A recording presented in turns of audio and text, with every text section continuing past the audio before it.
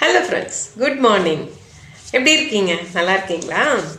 வீடியோக்குள்ளே போகலாம் வாங்க. சப்ஸ்கிரைப் பண்ணாதவங்க சப்ஸ்கிரைப் பண்ணுங்கள், லைக் பண்ணுங்கள், ஷேர் பண்ணுங்கள், கமெண்ட் பண்ணுங்கள். சரிங்களா? ஒரு விஷயம் சொல்கிறேன். இப்போது லைன் வீட்லேயோ இல்லைனா அப்பார்ட்மெண்ட்லேயோ குடியிருக்கும் போது பைப் இருக்கு இல்லையா, நம்ம தண்ணி பைப்பு திறந்து விட்டோம்னா தண்ணி ஒரு வேளை வந்தாலும் வரலனாலும் திறக்கிறவங்க அதை ஆஃப் பண்ண கற்றுக்கோங்க, அதை மூடுறதுக்கு கற்றுக்கோங்க.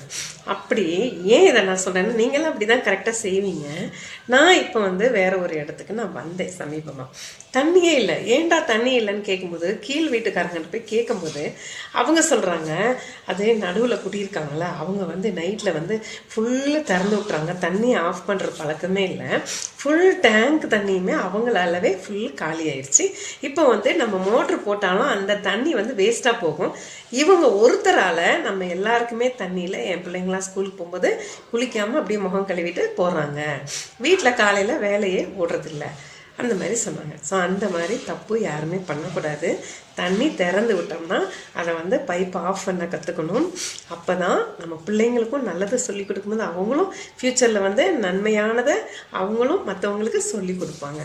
இதனால் தண்ணி வேஸ்ட் ஆகாது, மோட்ரு வேஸ்ட் ஆகாது, கரண்ட் பில் கம்மியாகும். இதையெல்லாம் ரொம்ப கவனமாக நம்ம தான் பார்க்கணும். ஆண்கள் ஒரு வேலை அர்ஜென்ட்டில் விட்டுட்டு போயிடுவாங்க. ஆனால் பெண்கள் நம்ம ரொம்ப கவனமாக பார்க்குறது நல்லது. Have a wonderful day.